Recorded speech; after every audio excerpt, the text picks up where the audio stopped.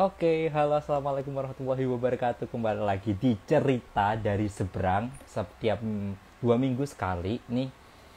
Kali ini segmen cerita dari seberang berasal dari negeri Jerman dan ini kita lagi ngobrol sama Kak Citra Fitri Riani. Beliau merupakan mahasiswi di ISATEK, ISATEK International Study of Aquatic Teknologi Aquatic Tropical Ecology yang di University of Bremen, Germany. Nah, kali ini kita lagi ngobrolin yang lebih santai lagi karena kita nggak ngomongin soal kuliah semuanya. Kita ngomongin soal gimana kehidupan Mbak Citra Fitri ini di Jerman. Nah, apa aja sih yang akan diceritakan dan apa aja yang akan dibahas? Kita lanjut ngobrolin di cerita dari seberang. Buat teman-teman semua yang yang udah gabung di sini, terima kasih banyak buat yang sudah bergabung. Terima kasih juga udah meluangkan waktunya setiap minggunya sama saya. Jika ada teman-teman yang mau ngobrol atau kirim komen, bisa langsung kirim komen di question, ada feature question di situ, nanti akan disampaikan ke pihak pemateri. Nah, pemateri kali ini yaitu Citra Fitri Riani yang merupakan warga Gresik sebenarnya. Lulusan dari Institut Teknologi 10 November jurusan biologi, terus dan sekarang lanjut di S2 di University of Bremen, Jerman untuk ngambil jurusan marine biology. Nah, buat teman-teman semua, ini adalah scholarship dari DAAD yang terkhusus itu adalah government scholarship dari Jerman. Oke, Mbak Citra Fitri udah join, nanti kita akan ngobrol seperti apa serunya kita ngobrol bersama. Nah, bentar, aku mau mengundang request. Oke. Saya mengucapkan ya buat teman-teman semua terima kasih ya yang udah bergabung. Nah, ini saya sudah bentar. Oke, saya request dulu go live. Oh, masih belum bisa join, nggak apa. Nah, di Kak Citra Fitri ini merupakan pemilik sudah memiliki konsultanya view request. Oke, go live.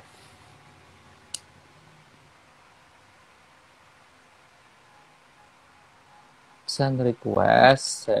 Nah, udah bergabung. Wow, sekeluarga. Halo, assalamualaikum. Waalaikumsalam. Halo Bijik, semuanya. Evan.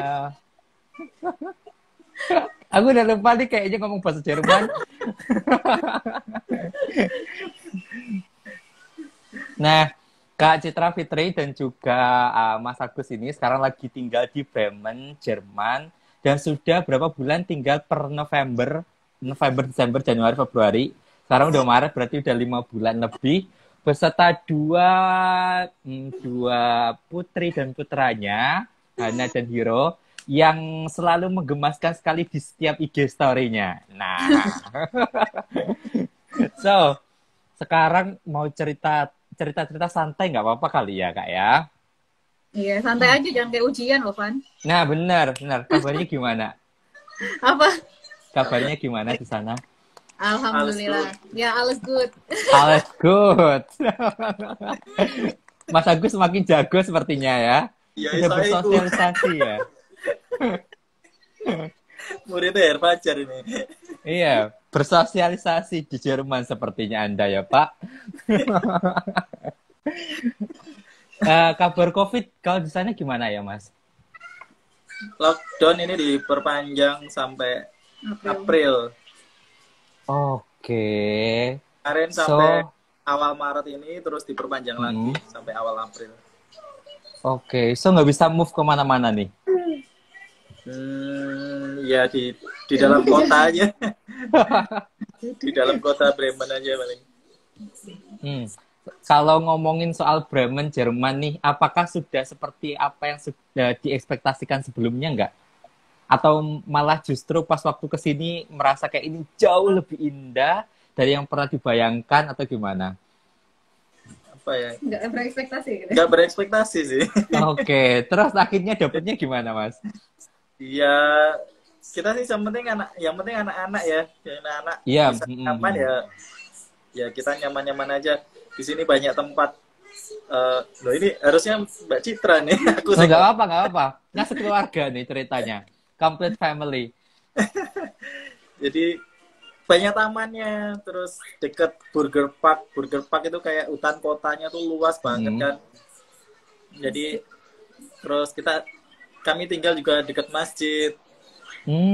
Ya, ada untuk cari makanan halal juga gampang di sini. Jadi ya so far kayak di rumah lah, cuma kita ya bedanya nggak bertetangga, terus nggak leluasa main loncat sana loncat sini seperti kebiasaan kalau di Indonesia.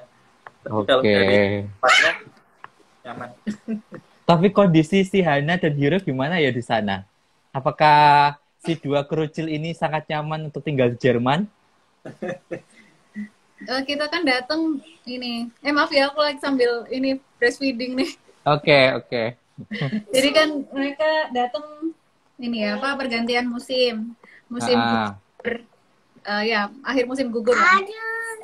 Dan itu cuacanya tuh udah pas banget, enak gitu loh. Oke. Jadi buat anak-anak sih lebih nyaman karena biasa kan di Gresik kan sumuk ya.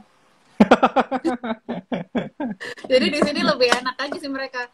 Ya wis nggak ada komplain, nggak ada apa. Cuman ya paling kadang-kadang nanyain gitu kapan ke Gresik gitu ya. Ya kita berusaha gimana caranya anak-anak biar nyaman gitu. Apakah anak-anak sudah tahu bahwa Gresik dan Jerman sangat jauh? Iya. Itu yang perlu diceritakan di awal memang sih ya. Oh iya. Nanti dikira cuma jarak antara Surabaya sama Gresik doang nih. Iya. Udah ngerti sih. Sekarang dia ngerti. Terus karena ada 4 musim, jadi kita nanti kurangnya ini Kak, setelah musim panas atau musim gitu, jadi lebih masuk lah buat mereka. Oke, tapi ada nggak sih Mbak Citra sama Mas Agus culture shock pertama kali saat living in Jerman? Saat yang dulu mungkin pernah traveling, tapi sekarang udah harus living yang lumayan panjang harinya. Ada nggak sih culture shock pertama kali itu? Kita tuh pernah kan hari Minggu toko tutup ya. Di saat di Indonesia tuh kita Minggu malah jalan-jalan, kita di sini Minggu harus semedi karena semuanya tutup gitu. Jadi kalau kita sebelum Minggu itu kita nggak tiap bahan makanan ya kita nggak bisa makan. Kita pernah tuh kehabisan beras di hari Minggu, jadi kita makan roti aja seharian ya. Beli pizza di depan. Jadi ya itu sih paling lupa hari Sabtu. Udah hari Sabtu nih kita kehabisan apa gitu, baru bingung. Biasanya di Indonesia kita bisa belanja kapan aja kan ya. Oke, Hana gimana sih? Hai dok Hana. Ada om. Lucu sekali mereka berdua. Tapi ngomong-ngomong yang soal salju nih, saya kan karena lihat di IG story-nya Kak Citra sama Mas Agus kan, mereka lagi bermain di salju-salju. Apakah mereka se-excited itu melihat salju ya? Oh, lebih senang sama bapaknya. Atau mungkin bapak ibunya ya? Ya kalau anak-anak itu kan nggak bisa milih ya, pokoknya diajak kemana oke gitu kan. Oke. Nggak bisa protes. Jadi kalau yang penting kita siapkan mereka nyaman, nggak kedinginan, terus mereka udah menikmati lah. Oke. So, komen. So sekarang Hiro udah umur berapa ya? Hampir 1,5, 15 bulan. Oke, hebat sekali. Rencananya untuk tinggal di Jerman berapa tahun? Kalau beasiswanya sih 2 tahun ya. Terus ya, habis itu pulang. Tapi nggak tahu lagi nanti ya. Oke.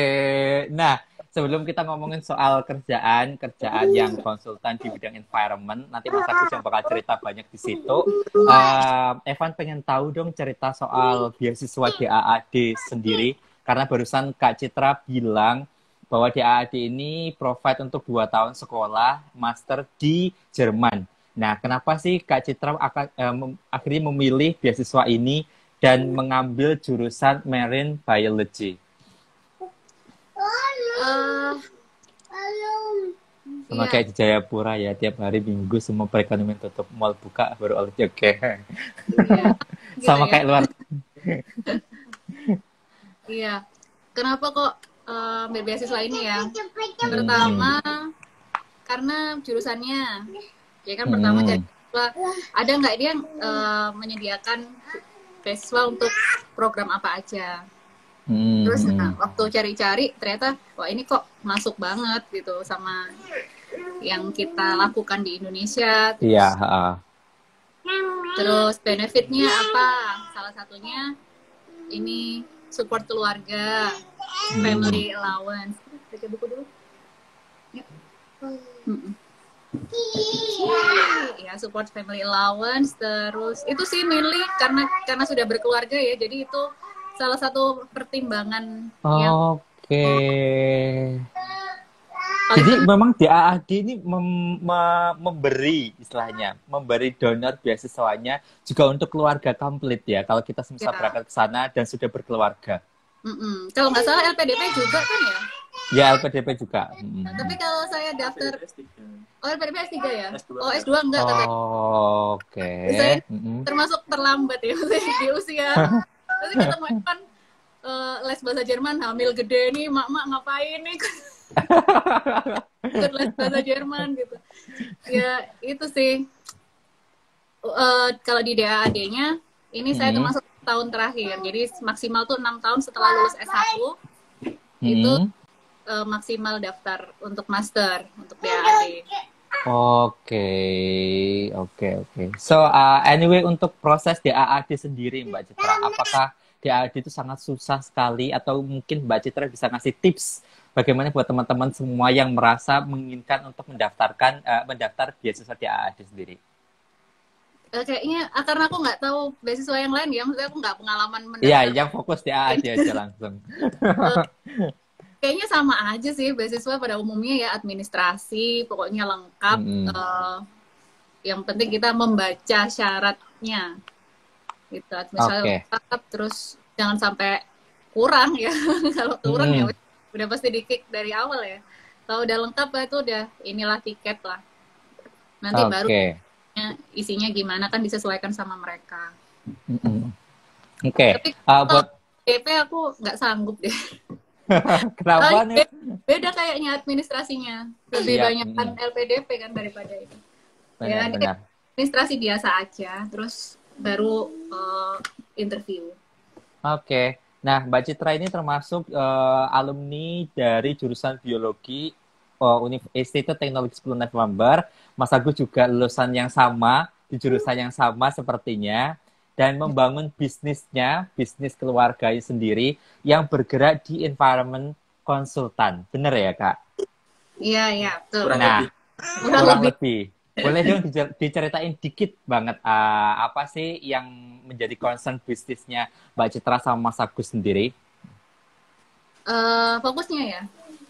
Ya, karena kita lulusan biologi, terus kita juga ya kita pengen lah ilmu yang kita dapatkan selama kuliah itu bisa dipakai dan bermanfaat gitu. Nah, terus kita awalnya juga nggak langsung punya usaha ya, pakai diri sendiri ya, nggak ada benderanya ya, pakai personal branding. Jadi konsultan independen lah awalnya. Terus berkembang dari tuntutan pekerjaan, akhirnya bikin perusahaan itu untuk mengakomodir usernya untuk proses administrasi dan lain-lain kayak gitu. Jadi kita perusahaan ada lembaga juga semacam ya LSM lah, LSM yang tapi arahnya hampir sama. Geraknya kita ini concern di kegiatan konservasi alam sama pemberdayaan. Nah, terus dari usernya kan ada yang membutuhkan benderanya badan usaha, terus ada yang membutuhkannya yang semacam NGO gitu. Tapi kita kalaupun badan usaha sebenarnya juga lebih ke social enterprise.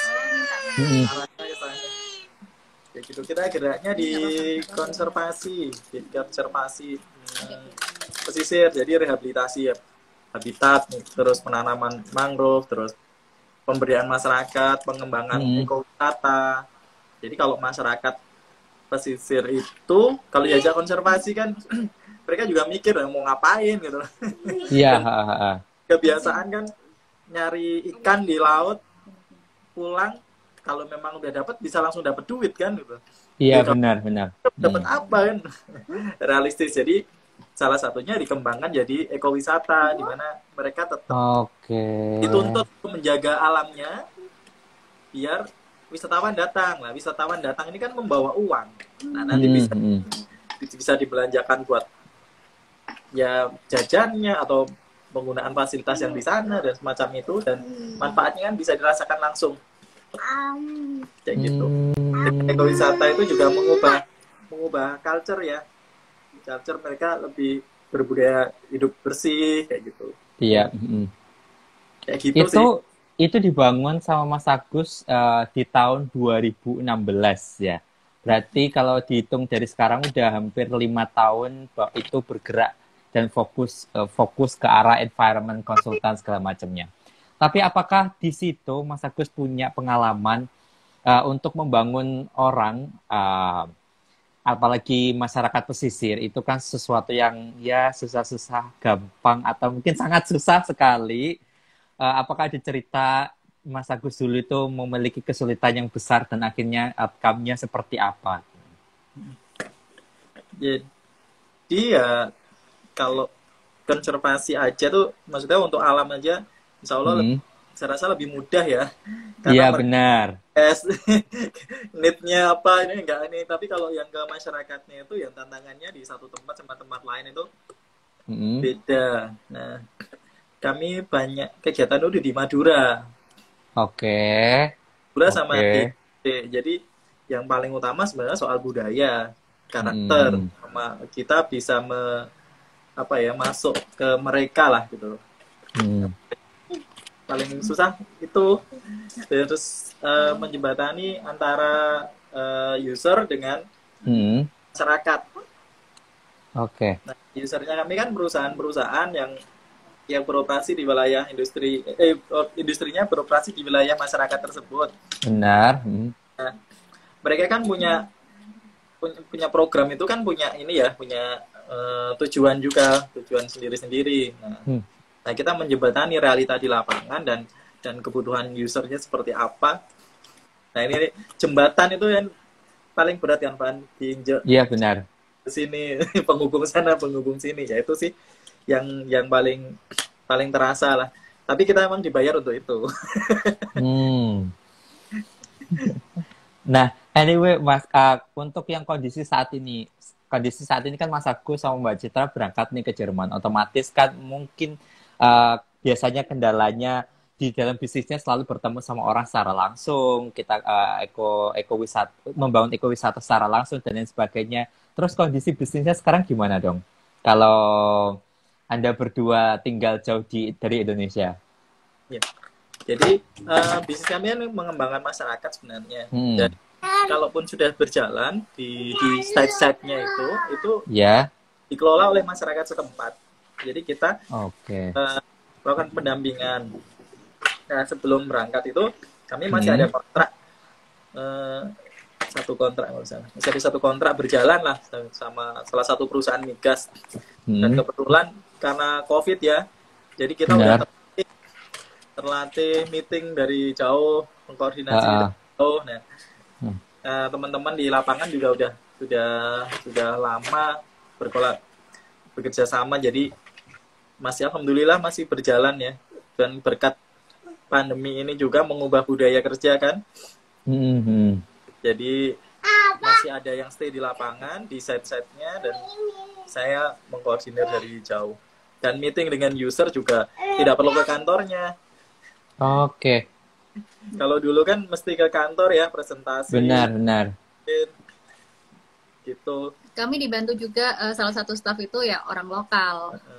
Oke. Itu tim kami nih, Komar Marco ini. Ada yang join ya? Ada yang join nih di live. Oh, I see. Halo, Bang Komar Marco. So, sekarang kalau soal Jerman sendiri, untuk istilahnya mungkin anak kecil ya, kayak Hana sama Hiro itu, usia-usia seperti itu kan mungkin butuh banyak bersosialisasi sama teman-temannya, apalagi si Hana waktu itu di Indonesia baru TK, dan sekarang harus pergi ke Jerman yang mungkin harus membutuhkan adaptasi yang besar sekali. Tantangan apa sih buat orang tua seperti Mas Agus sama Mbak Citra ini untuk membesarkan dua buah hati yang sangat kecil ini untuk tinggal di luar negeri? Tantangannya itu lebih ke karena aku kuliah, dan di sini tuh kuliahnya online sekarang kan. Oke. Ada di rumah, dan mereka juga ada di rumah. Nah, itu tantangan untuk memisahkan aku dengan mereka itu. Itu jadi mereka sih yang dibutuhkan anak-anak tuh sebenarnya adalah main keluar. Jadi mereka di rumah ya sama kayak orang dewasa lah ya, kalau kita di rumah terus stres ya. Mereka karena tenaganya juga besar, ya mereka tuh perlu main keluar, meskipun main keluarnya cuma jalan-jalan ke kanan kiri aja, itu yang penting mereka itu sih. Kalau sosialisasi memang belum bisa kita belum bisa memfasilitasi itu, cuman kita kalau ajak ke belanja gitu, mesti juga ketemu orang, ketemu anak-anak gitu. Kalau main di tempat umum juga main ketemu anak-anak juga. Jadi banyak taman nanti loh, banyak taman, arena bermain untuk publik itu rame. Ya kalau kita mau ke sana aja tuh tetap ketemu sama anak-anak yang lain, meskipun tidak ngobrol atau apa, asik aja tuh anak-anak main sama mereka. Sebenarnya kalau nggak lagi pandemi ya, di sini tuh ada TPA juga untuk orang warga Indonesia yang tinggal di sini. Jadi ada musola milik. Ya, jadi mereka setiap hari Minggu itu ngumpul. Tapi karena pandemi ini ya nggak bisa. Oh, jadi berarti banyak dong orang-orang Indonesia yang tinggal di Bremen, Jerman itu? Banyak. Ya nggak sebanyak di kota-kota besar ya, kayak Munchen, Frankfurt, Hamburg itu nggak sebegitu banyak. Cuman ya adalah banyak lumayan. Kalau Bremen sendiri seberapa jauh sih Bremen sama Berlin? Nah, kalau Berlin nggak tahu ya. Kalau paling dekat sih Hamburg 1 jam. Kereta. Kalau nggak salah 5-6 jam naik kereta. Kita di utara, Jerman utara gitu. Dekat ke Belanda. Ya, dekat Belanda. Oke. Very nice sekali. Nah, Mbak Citra sama Mas Agus sendiri nih, soal yang tadi kita ngomong soal tantangan anak untuk membesarkan anak di luar negeri seperti apa, serasa itu kayak nggak ada tantangan besar karena Anda berdua memiliki kolaborasi yang cukup menyenangkan, jadi bisa jadi kayak udah nggak hal yang sangat besar lagi untuk dipikirin kan kayak gitu. Nah, kalau untuk hal-hal yang lain, semisal yang dulu kebiasaan yang ada di Indonesia, kita makan makanan Indonesia, dan sekarang anak-anak harus selalu makan mungkin Western food gitu. Apakah mereka merasa bahwa itu hal yang tidak menyenangkan bagi anak-anak atau gimana? Kita sih lebih kita tuh mikirnya gimana bumi kita pijak tuh ya udah kita sama aja gitu, dimanapun kita berada itu sama aja. Jadi ya di sini makanannya apa ya udah kita terima aja, maksudnya ya kita nggak usah mencari-cari gimana ya biar sesuai lidah Indonesia, atau kita harus ngepasin bumbunya biar bumbu jangkep ya kalau ini. Awal-awal ya. Awal-awal masih mungkin saat di bulan pertama masih berusaha bumbu lengkap lah gitu. Filosofi makannya udah beda gitu. Indonesia kan wisata rasa ya kita. Iya, benar. Kalau di sini ya udah gimana untuk bisa bertahan hidup aja. Iya, survive mode kalau di sini tuh judulnya. Asal asin, asal ya, masuk. Oke. Nah, ngomongin soal kehidupan, kita sekarang lagi ngomongin soal jurusan nih. Jurusannya Mbak Citra sendiri lah, itu adalah Marine Biology ya. Tadi juga udah disampaikan alasannya kenapa memilih DAAD Scholarship untuk jurusan ini. Tapi kita belum tahu nih, kenapa sih Mbak Citra mengambil Marine Biology sendiri gitu. Apa sih apa sih hal yang sangat menarik sekali bagi Mbak Citra untuk mengambil jurusan ini? Sebenarnya bukan Marine Biology ya. Kalau di awalnya aku daftar tuh ISATEK, itu International Studies. Aqua Tropical ya.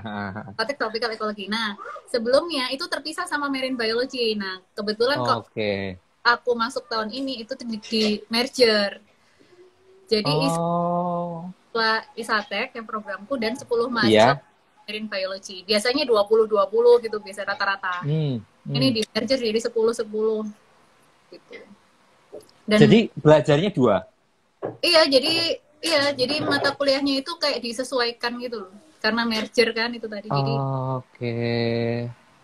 ya nggak masalah, karena dulu di biologi ITS tuh juga kita ke marine, arahnya ke marine biology juga.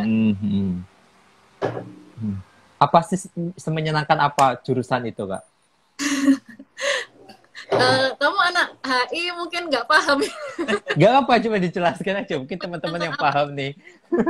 Tapi kalau dulu masih di sarjana ya, itu ya umum kan biologinya secara umum. Terus kalau ini kita lebih ke dan aku ambilnya di sini. Jadi mereka itu kan global ya mata kuliahnya ya. Iya. Yang bahkan aku dulu tuh nggak membayangkan. Jadi kayak North Atlantic Deepwater Formation gitu, kayak bagaimana pembentukan air laut di North Atlantic yang kita di daerah tropis. Aku tuh masih mikir ya, Atlantik di mana, terus Pasifik di mana, Indian Ocean di mana. Iya. Kita di Indonesia tuh dulu belajarnya ya udah lokal aja, nggak sampai yang ke global gitu loh, global scale. Karena sesuatu yang baru, dan aku udah 6 tahun dari lulus S1 itu jadi kayak pemanasan dulu. Terus ya seru sih karena sesuatu yang baru. Terus juga geoscience yang dulu aku nggak dapetnya, juga cuman permukaan aja. Terus ini ya pembentukan sedimen di laut segala macam, yang pokoknya yang berhubungan sama marine biology tapi secara global scale. Seru sih. Oke. Menyenangkan sekali. Nah, mungkin buat teman-teman semua selalu merasa bahwa kalau saat kita udah berkeluarga nih, rasanya untuk bergabung atau ingin sekolah lagi, bahkan sekolah yang jauh dari tempat tinggal kita itu sesuatu yang gitu, menjadi sebuah banyak consideration lah, atau pertimbangan. Nah, apa sih yang menyebabkan Mas Agus memberikan izin ini ceritanya? Dan Mbak Citra ngerasa kayak oke, aku harus pursue this dream untuk harus sekolah lagi, ini untuk hal yang sangat baik buat kehidupan kita atau segala macamnya. Apa sih yang memotivasi Mas Agus sama Mbak Citra untuk merasa ini harus dan ini perlu gitu? Awalnya ya ini sih udah bosen ya kita ya, karena sudah bertahun-tahun ya mengerjakan hal yang sama, terus pengen sesuatu yang fresh, pengen sesuatu yang baru, pandangan yang baru. Terus nah kebetulan waktu itu sudah selesai tugas sebagai ibu adalah menyusui anak sampai 2 tahun ya, yang pertama udah selesai. Aku boleh nggak izin kan, akhirnya boleh nggak aku daftar gitu, pengen sekolah lagi yang nggak bayar kalau bisa ya kan, kalau bisa nggak bayar harus bayar ya.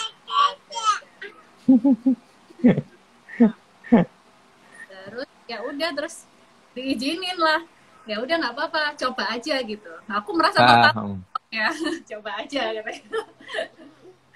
Ya udah, aku akhirnya daftar itu, terus lah kok. Nah, aku 2019 itu masuk, udah keterima. Terus ini hamil Giro gitu. Iya. kita jadi perempuan ya, jadi ibu, jadi istri itu ya kita nggak bisa cepet-cepet, nggak bisa nggak bisa seenaknya sendiri kan, kayak benar kan. Ya udah, Allah kok nitipin amanah lagi nih, aku boleh nggak sih sekolah lagi sebenarnya. Ya, terus sorry ya. Iya. Ya udah, terus aku kasih tahu itu DAD, aku hamil nih, gimana? Due date-nya itu barengan sama start programnya. Terus dia bilang, ya udah, congratulations, dibilang gitu. Kamu nggak apa-apa, ini aja depending aja masuknya tahun depan, karena nggak mungkin bawa newborn harus masuk. Gitu. Waktu itu belum ada isu COVID ya, nggak ngerti ya. Benar. Udah, terus akhirnya di pending 1 tahun. Tapi bisa, tapi boleh dari pihak beasiswanya. Ya alhamdulillah, aku awalnya juga nggak ngerti, aku udah nothing tulus aja, ini sama-sama rezeki kan ya. Iya. Ya tidak bisa dipilih lah. Ya udah, aku bilang aja apa adanya, terus ternyata dari mereka welcome dan support family and working balance gitu loh, lebih ke. Iya. Jadi alhamdulillah. Luar biasa sekali. Apa? Family and working kalau nggak memenuhi. Iya. Ya ada, ternyata setelah sampai di sini tuh memang ada audit family and working balance buat institusi gitu loh. Jadi mereka support banget family di sini tuh. Kalau nggak ngurusin keluarga ditegur. Iya. Kok gitu? Kok bisa gitu? Iya. Ini kita baru datang itu, kalau di Indonesia kan udah daftar ke kota gitu, mungkin nggak diurusin ya anaknya. Iya. Pas datang udah registration dapat 2 kali teguran, harus ke dokter anak buat vaksin. Jadi harus malah dikontrol ke dokter anak itu. Itu sampai dapat surat teguran dari pemerintah kota. Wow. Gak diurusin, paling diambil negara anak kami. So, kalau Mas Agus sendiri, kenapa sih Mas Agus memberikan izin sama Mbak Citra untuk berangkat sekolah lagi, atau merasa bahwa udahlah jadi ibu saja, toh semua sudah cukup, kan kayak gitu kan biasanya. Nah, kenapa Mas Agus merasa kayak nggak apa-apa, silahkan untuk ambil ini? Jadi selama ini kami ngerjakan semuanya itu kan selalu bareng ya, berkolaborasi. Yeah. Ya saya juga sebenarnya pengen sekolah. Nah, dari load pekerjaan, terus potensi yang dimiliki oleh Mbak Citra, ya saya rasa eman kalau tidak berkembang gitu loh. Dan saya sangat support untuk dia untuk belajar. Jadi nanti berbagi peran, dia yang lebih ke scientific activity, tapi saya lebih ke arah manajerial dan ke lapangan, Jadi kolaborasinya di situ. Dan ya itu punya kemampuan kan sayang. Jadi kita dengan belajar merefresh, kemudian mengupdate di tingkat global gitu, tentunya juga akan meningkatkan value kami gitu loh, maupun yang lain. Dan di Jerman yang persepsi kami itu negaranya kan keren sekali ya tuh, tatanan masyarakat luar gitu. Dan kami dikirim ke sini itu sebenarnya bukan hanya Mbak Citra yang belajar, tapi lebih ke budaya aja. Jadi lebih ke pertukaran budaya, bagaimana mereka menjalankan kehidupan seperti itu. Dan saya juga mengambil manfaat yang besar juga setelah berangkat ke sini. Oke, luar biasa. Anyway, Mas Agus, ini si Hana masih sekolah di Indonesia atau sudah didaftarkan untuk sekolah di Jerman? Hana lagi nggak sekolah. Jadi kalau di sini tuh pendaftarannya itu Januari, tapi sekolah itu Agustus jadwalnya. Nah, Agustus insya Allah kan pengambilan data penelitian, dan di Indonesia sekitar 6 bulan lah. Jadi nanggung. Nah pas masuk sekolah kita pulang. Jadi Hana ya sekolahnya sama kami berdua, sekolah sendiri. Oke, very nice.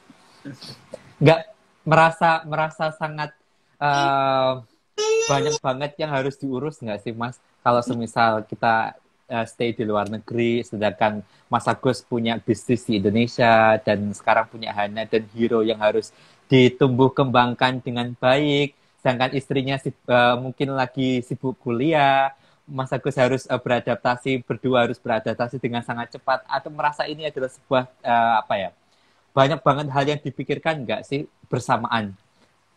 Iya, bukan. Ya saya ini dulu kayaknya membuat perencanaan gitu. Tapi benar. ternyata pikir-pikir lagi, pikiran saya tuh terkuras untuk membuat rencana. Jadi saya memikirkan menjalani aja. Benar. Ya, dan gimana buat sebuah keputusan yang cepat gitu di saat kondisi tertentu. Lebih ke sana sih. Jadi kalau ya memang sudah dibayangkan nanti ke sini, tapi ya sebatas masih belum pemikiran yang sangat mendalam, jadi bisa atau enggak dan lainnya. Ya kita mengasah kemampuan mengambil keputusan dengan cepat. Kadang-kadang kita juga perlu lower expectation ya, jadi kita kalau target kita mungkin seberapa, tapi melihat kenyataan kita kan jalani aja, terus ternyata harus turun sedikit ya nggak masalah, jadi nggak terlalu yang jadi stres sendiri kalau kita harus yang ke sini padahal realitanya nggak. Kayak di pekerjaan dulu misalkan nggak bisa jalan cepet, saya langsung berangkat gitu kan. Saya berangkat turun tangan sendiri. Nah, kalau karena jarak ini juga budaya di usaha kami, ya gimana lebih mengoptimalkan teman-teman lah gitu loh. Jadi untuk membangun trust ke yang lain, tadi kami bahas kadang anak buah ya itu mengeluh nggak bisa meyakinkan atasan gitu loh. Padahal atasan itu juga kita juga merasa kok nggak bisa percaya pada anak buah gitu. Jadi posisinya kalau dulu karena saya masih bisa ke lokasi langsung gitu, saya langsung karena jaraknya ini saya nggak mau harus belajar untuk bagaimana memberikan kepercayaan penuh ke teman-teman di lapangan. Dan alhamdulillah teman-teman di lapangan juga sangat amanah dan punya kemampuan yang mungkin di luar bayangan sebelumnya. Itu sisi positifnya gitu loh. Nice. Punya waktu untuk memikirkan yang lain. Karena dari jauh itu tadi kita melihatnya dari jauh. Tapi harus sejauh ini ternyata kita harus kelihatan. Terus baru bisa ngelihat jauh. Bener banget. Nah, sebelum nanti Mbak Citra sama Mas Agus ngobrol soal last statement, saya mau resume dulu apa yang sudah dibicarakan sama Mas Agus sama Mbak Citra di sore hari ini. Jadi buat teman-teman semua, ini adalah contoh dari Mas Agus sama Mbak Citra. Mereka sudah berkeluarga sejak tahun berapa ya, Mas? 14. Menikah tahun 2014. Ya, setelah 1 tahun Mbak Citra lulus dari ITS dan sudah menikah langsung di tahun 2014 dan sekarang udah 2021 dan diberkahi anak putra-putri Hana sama Hero. Nah, buat teman-teman semua, ini adalah contoh yang sangat jelas sekali bahwa kita apapun yang akan kita inginkan, entah itu mimpi yang besar yang kita perjuangkan, tidak ada masalah hal apapun jika kita memiliki komunikasi yang bagus antar partner. Tidak ada hal yang tidak mungkin buat teman-teman semua yang sudah berkeluarga juga untuk pursue your biggest dream as master student atau hal-hal yang lain. Mungkin itu adalah jalan yang terbaik atau jalan yang mungkin lebih menyenangkan lagi. Apapun hasilnya harus tetap berjuang.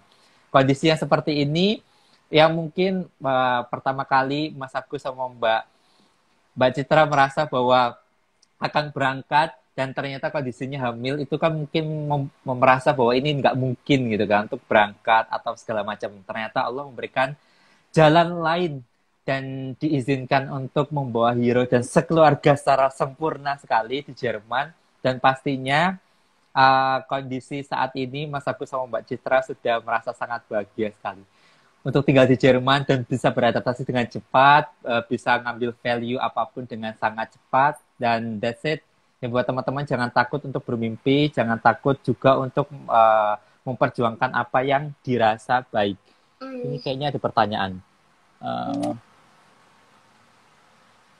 Ini pertanyaannya adalah, emang bener nggak sih kalau di Jerman itu kalau hari Minggu harus diem, nggak berisik, dan di rumah aja? Iya, katanya gitu sih. Cuman kita, karena kita bawa anak tuh kayaknya ada ini ya, pengecualian. Maksudnya berisik ya anak kita tuh, kita cuman berdoa aja, ya Allah semoga anak kita nggak berisik, kita nggak ditegur sama tetangga gitu.